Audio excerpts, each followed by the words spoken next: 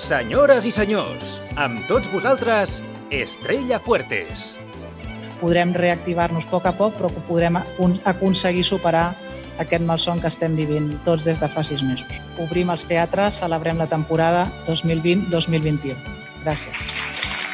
Bon dia, era Isabel Vidal, presidenta d'ADETCA, l'Associació d'Empresaris de Teatre de Catalunya, acompanyada del vicepresident Toni Albadalejo durant la presentació de la 19a Gala Catalunya Aixeca el teló i també fent el balanç desastrós de la temporada passada que va quedar interrompuda al març amb l'estat d'alarma i pel que calcula que el sector ha tingut pèrdues milionàries, ha deixat d'ingressar més de 30 milions d'euros. Però els artistes, empresaris i treballadores i treballadors de la cultura escènica estan a punt i el que esperen és retrobar-se amb el públic i tornar a omplir els teatres.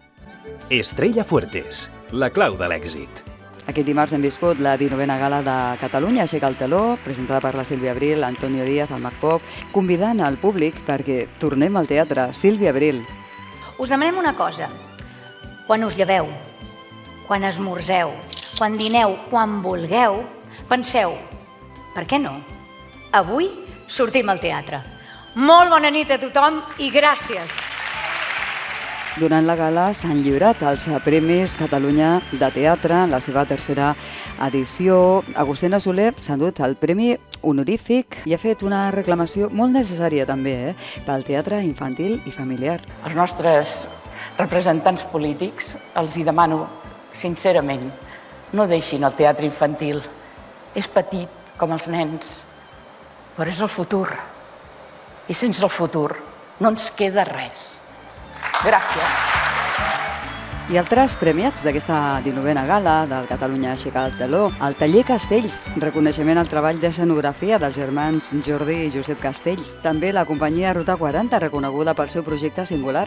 Finalment, un guardó també molt merescut. El Premi ADETCA Catalunya Teatre a la millor sala de teatre a la Planeta de Girona.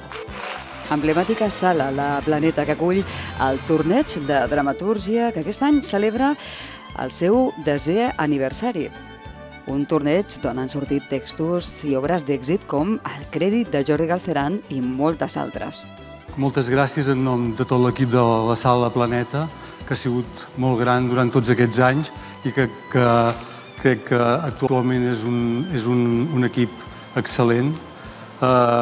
La nostra sala, com us ha comentat ella, és un espai escènic polivalent de petit format que va néixer fa més de 30 anys de la dèria d'en Joan Ribas i l'Anna Donato del grup Proscenium, que era el grup degà de teatre amateur de la ciutat de Girona, que van tenir la idea de crear un local d'assaig per als grups de teatre gironins que no podien mai representar les seves obres al teatre municipal i que amb prou feines tenien equipaments per desenvolupar la seva feina. Enhorabona a Pere Puig i a tota la gent de la Planeta que ja tenen a punt també la programació per temporada alta. En parlarem precisament sobre les programacions d'aquest i altres festivals de teatre públics. N'ha parlat també l'actriu Maria Molins, que torna de Madrid, on ha acabat el rodatge de la sèrie Servir y Proteger de Televisió Espanyola. Maria Molins demana que en temps tan excepcionals com els que vivim es prioritzi l'autoria d'aquí i fa una petició molt explícita a Girona i a altres festivals públics de Catalunya perquè els espectadors i espectadores puguin veure obres contemporànies sobre fets d'impacte social i de teatre documental importants, com l'obra Jauria, de Jordi Casanovas, afincat precisament a Girona. Tu assisteixes a una obra de terror que és el judici de la manada. Surts amb els pèls de punta i te n'adones que allò és el que va passant al judici. Sisplau, es porti a Catalunya, a Barcelona, els teatres públics obrin els ulls, que ens posem al dia amb el teatre de gènere, que es faci visible els casos masclistes tan extrems com aquest, que a Madrid s'està posant ja fa molt temps les piles i que a Barcelona i que a Girona, les temporades altes, hem d'anar renovant, hem d'anar avançant. Interessant entrevista a Maria Molins. La pots escoltar completa al nostre espai en Facebook, La clau de l'èxit, i també al nostre canal de YouTube. Doncs així comença la temporada escènica, en aquests temps tan difícils, tan excepcionals, amb peticions com les que sentíem de la Maria Molins, de més teatre social, contemporani, de gènere, d'autoria d'aquí, també amb la reclamació de suport d'institucions i ajuntaments al món del teatre i les arts escèniques. Arrenca amb la declaració ja oficial de la cultura com a bé essencial. Veurem què suposa això a la pràctica.